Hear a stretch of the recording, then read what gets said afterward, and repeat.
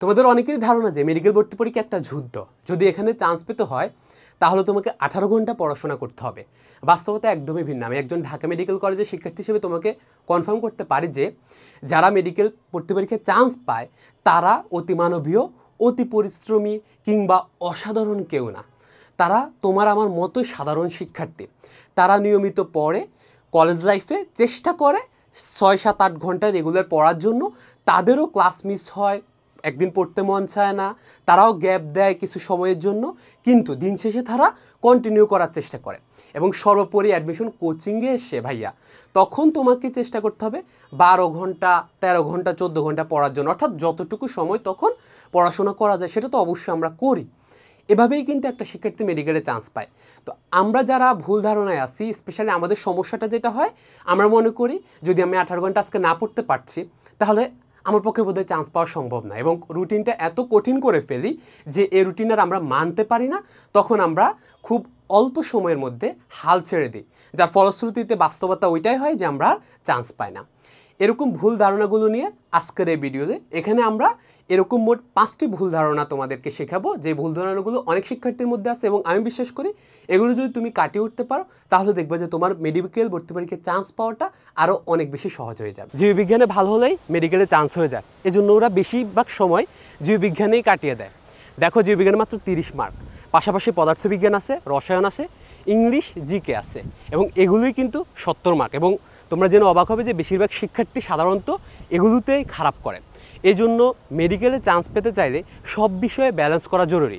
যারা পদার্থবিজ্ঞান যতটুকু পড়া লাগবে, রসায়ন যতটুকু পড়া লাগবে এবং ইংরেজিকে যতটুকু পড়া লাগবে, সব বিষয়কে তার সমান গুরুত্ব দেয়, এবং পাশাপাশি জীববিজ্ঞান তো একজন মেডিকেল অ্যাসপিরেন্ট হিসেবে তুমি এমনিতেই পারছো, সেটাকেও গুরুত্ব দেয়, তারাই শুধুমাত্র চান্স পায়।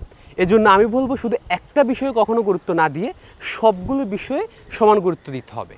ভালো কোচিংয়ে ভর্তি হলেই তোমার চান্স হয়ে যাবে, এ ধারণা সবসময় সত্য নয়।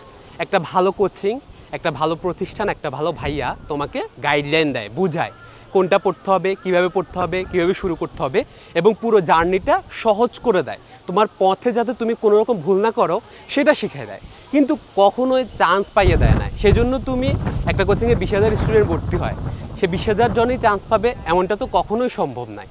তারাই চান্স পায় যারা ওই কথাগুলো মন দিয়ে শোনে, ওগুলো বুঝে, ওগুলো মানে, এবং যা যা দেওয়া হয়, যা যা করতে বলা হয়, ক্লাস, এক্সাম, প্র্যাকটিস, সে গাইডলাইনগুলো সম্পূর্ণ মেনে চলে। তাই এইটা ভাইবো না যে একেবারে তুমি সেরা কোচিংয়ে ভর্তি হলে তোমার অটো চান্স হয়ে যাবে, বরঞ্চ তাহলে তুমি চান্সটা মিস করে ফেলবা।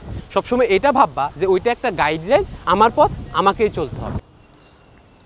কথায় আছে না, গ্রন্থগত বিদ্যা পরহস্তে ধন, নহে বিদ্যা নহে ধন, হলে প্রয়োজন। সকল রাইটারের বই, নোট, এক্সট্রা ইনফো, প্রোবুক সব কিছু শুধু জমা করলেই অ্যাডমিশন পরীক্ষায় চান্স হয় না। এগুলোকে তোমাকে পড়তে হবে, শেষ করতে হবে, এবং দেখা যায় যে মূল বইটা পড়ে এত কিছু পড়ার আসলে আমাদের সুযোগ হয় না, সময় হয়ে ওঠে না। তাই আমি বলবো যদি পড়তে পারো, তোমার জন্য যদি কাজ করে, গুড।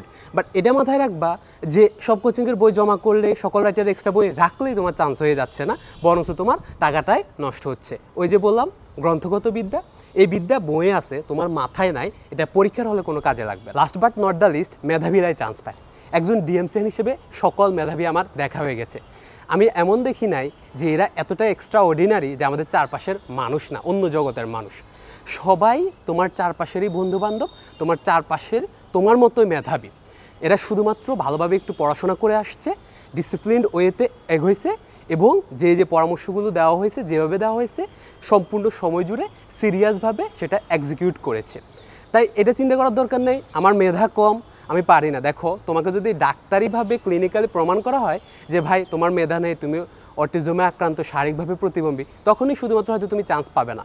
নয়তো তোমার প্রত্যেকের, আমাদের যে পরিমাণ মেধা আছে, এটাকে যদি ভালোভাবে কাজে লাগানো যায়, এরকম 10টা মেডিকেলে তুমি চান্স পাবা। এই ছিল আমাদের আজকের 5টি মিথ। আমি মনে করি এগুলো এখন থেকে তোমার কেটে গিয়েছে, তুমি আরও ক্লিয়ার আইডিয়া নিয়ে মেডিকেল অ্যাডমিশনের পথে এগোতে পারবে। ভালো ও সুস্থ থাকো। পরবর্তী ভিডিও আসতেছে আমাদের পেজে, সে পর্যন্ত অপেক্ষা করো।